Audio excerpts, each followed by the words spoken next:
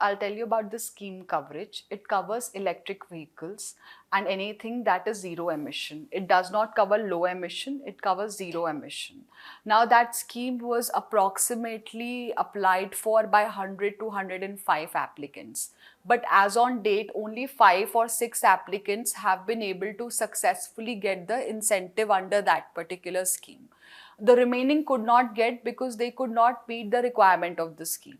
And the requirements were that A, there has to be a domestic value addition in India, almost 50%, which the industry was finding difficult to achieve on account of non-availability of critical components like battery or critical other items like rare earth magnet, like I spoke. Government came up with relaxation. Even after that, the domestic value addition norms companies are finding difficult to achieve. The second criteria was the investment threshold. Like, to give you an example, for a four-wheeler segment, the requirement was 2,000 crores investment over a span of 5 years.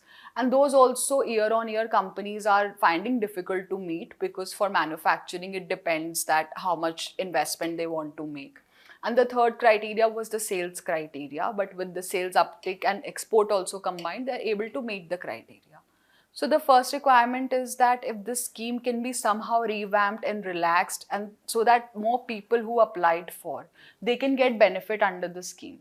And this has happened in other production linked incentive schemes where 2.0 or even 3.0, twice or thrice the scheme has been revamped with some relaxation or extended benefits. More applicants could have come in, as well as the ongoing applicants could have got more benefit. That factor is yet to be seen under the automotive PLI. So if that expands, it will be good for the time to come and more manufacturers can avail the benefit. Having said that, the success of the ACC PLI scheme as well as the recently launched rare earth magnet scheme will also have to be seen in the upcoming years, because these are recent schemes, so the plants are yet to be commercialized and therefore the sales have to happen. But upcoming years look bright from this perspective. It is expected that the GST rate on the public charging infrastructure, right now it's about 18%. If that can also come down to 5%, then the cost of availing those infrastructure services also goes down. Alongside, government is incentivizing either through state incentives or some of the central schemes also on setting up of the charging infrastructure. So that should also move along in times to come. The GST rate has been narrowed. Previously, there was a lot of gap between EV was at 5% and internal combustion engine was at 28%, plus compensation cess was also there. And now with the small segment cars coming down at 18%, the gap has been narrowed between 5 and 18. So with that, the electric vehicles already being at 5%, it's difficult to expect anything more from the government on that front. But if some sort of capital or working capital ease can be brought in through inverted duty refund formula, like I mentioned, if we can add a capital goods or a input services in it, it will go a long way in the sector. Secondly, if the cars are exported from India, on that front also the refund is blocked for capital goods. So these kind of working capital advantages can be brought in through GST input credit liquidation, and it will anyway improve the affordability, because it all gets calculated in the value of the car when it is sold. From a green mobility perspective, the government is focused on Make in India. Right now is the time for Atmanirbhar Bharat and Make in India. In line with that, government launched schemes also. The production linked incentive scheme specifically covers manufacture of electric vehicles only. It does not cover hybrid, it does not cover internal combustion engine, it only covers zero emission. Similarly, government has come up with another scheme, which is the ACC PLI scheme. It is for the batteries, so that the import dependency can be reduced and we can manufacture in India and be self-reliant not only for India but export also.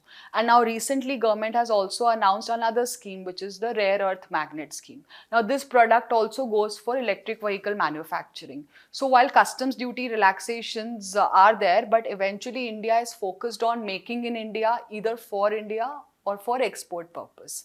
But any scheme to fructify in India also, there has to be a customs roadmap, because we still have some level of import dependency for raw materials or for components which are still not available.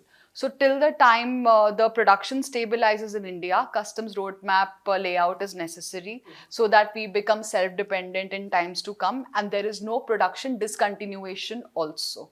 Okay. Having said that, there is still a higher customs rate when you import a full car in India. So you'll see in the luxury segment, the cars that come in, they attract a customs rate of 70% and 100%. And on top of that, there is GST also. So ultimately, government's intention is that if the luxury cars can be imported into India, then the customers should pay the price. But the full focus is on domestic manufacturing of cars for personal usage here in India as well as export market. 2025 has been a good year for the automotive sector. Especially the turning point has been GST 2.0, which came in September.